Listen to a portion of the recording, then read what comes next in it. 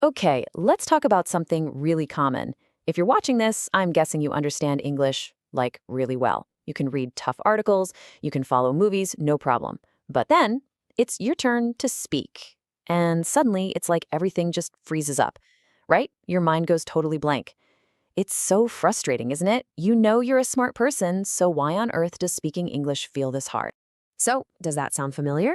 You've got the perfect sentence all crafted in your head. It's brilliant, but when you go to say it out loud, it just falls apart. If you're sitting there nodding your head right now, I want you to know something. You are definitely not alone. This is a huge struggle for so many smart, capable people out there. So let's get right to the heart of this. The reason you're struggling, it's not because you're not smart enough. And here's the crazy part, it might actually be because you are so smart. Yeah, the very intelligence that helps you crush it in other parts of your life, that might be what's holding you back here. I know, it sounds totally backwards, but just stick with me on this. All right, so let's talk about the smart person's dilemma. Think back to school, right? Being smart meant you could break down problems, memorize facts, and always get the right answer. And hey, that worked great for math, for history, for pretty much everything. But here's the thing. Speaking a language isn't a test you can study for. It's not a problem to be solved. It's a skill, like playing the piano or riding a bike. And when you try to use those old school smart strategies for a real-time skill like speaking, well, that's when things start to backfire. So, how exactly does your brilliant brain end up tripping over its own feet? Well, it sets up a few mental traps that just completely block your fluency. Let's break down exactly what these traps are so you can start spotting them in your own head. Okay, trap number one, the overthinking trap. You know this one. Someone asks you a simple question, like, how was your weekend? And in that tiny split second, your brain goes into overdrive. It's like, okay, what's the most impressive vocabulary word? Is this the right tense? How's my pronunciation on that word? You're analyzing everything. And by the time you've done all that mental gymnastics, boom, the moment's gone, the conversation has already moved on. See, speaking isn't a math equation where you have time to find the one perfect answer. It's live, it's messy, it's happening right now. And that overthinking leads right into the next trap. And honestly, this one's even bigger. It's what I call the identity prison. See, you've spent your whole life being the smart one, the competent person who gets things right. So when you make a simple grammar mistake in English, it doesn't just feel like a little slip up. It feels like a direct hit to your identity. It's embarrassing. And to protect that identity, what does your brain do? It chooses the safest option, saying nothing at all. It tells you, just wait. Wait till you're perfect. But you know what? That perfect day, it never really comes. And this table really shows the core of the problem, right? On one side, you have the school learning you're an expert at. The goal is being correct. The method is analysis, and progress is a nice straight line. But on the other side, you have skill learning, like speaking. Here, the goal is just communication. The method is messy practice, and progress, it's all over the place. It's two completely different games. And the big takeaway is this. You just can't think your way to fluency. You have to speak your way there. And the last trap? Oh, it's a big one. The translation habit. You have a thought in your native language, then your brain has to act like a slow, clunky computer program, translating it word for word into English, then you double-check the grammar, and then you finally speak. It's exhausting, and it sounds, well, like a translation. As long as you're stuck in that translation loop, you're never going to be fast or spontaneous. You're not actually thinking in English. Okay, so that's the problem. We've talked about the traps, the dilemma, so what's the fix? Well, it all starts with a huge shift in your mindset. We basically need to throw out that old academic rulebook and adopt a completely new one that's actually designed for fluency.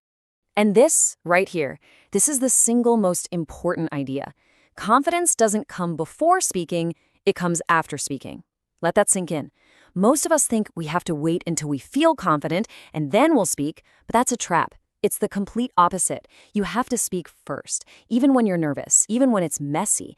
And that action is what builds the confidence. Action creates confidence, not the other way around. It's a game changer. So what does this look like in practice? It means we are completely changing the goal of the game. The old goal was perfection. Sounding super intelligent, getting every single word 100% correct, never making a mistake. And that's just paralyzing. The new goal is simply communication. Did you get your point across? Did the other person understand you? Did you make a connection? The second you make connection the goal instead of perfection, poof, all that pressure just melts away. Just look at this shift. In the stuck mindset, a mistake feels like total failure.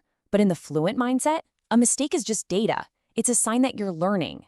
Success isn't about being perfect. Success is just opening your mouth and speaking. And using simple words, that's not a sign you're dumb. It's a smart tool for being clear and fast. You have to start believing these new things. This is how you unlock everything. Okay, Siri is great, right? Understanding the mindset is huge, but it's all just talk until we put it into practice. So now, let's get into the good stuff, a real, practical action plan.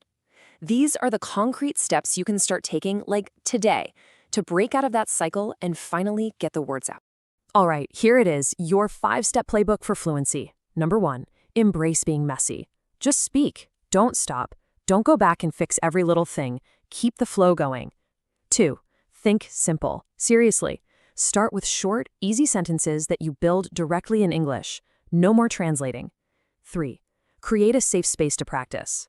This could be with other learners who get it, or honestly, just talking to yourself in the car. Low pressure is key. 4, connection over correction. Your only job is to be understood, not to win a grammar award. And finally, number 5, and this is so important, celebrate the small wins. Every time you try to speak, no matter how it comes out, that is a success. That's a rep. That's how you build momentum. Now, I know what you might be thinking. So grammar just doesn't matter anymore? No, no, no. Grammar is still super important.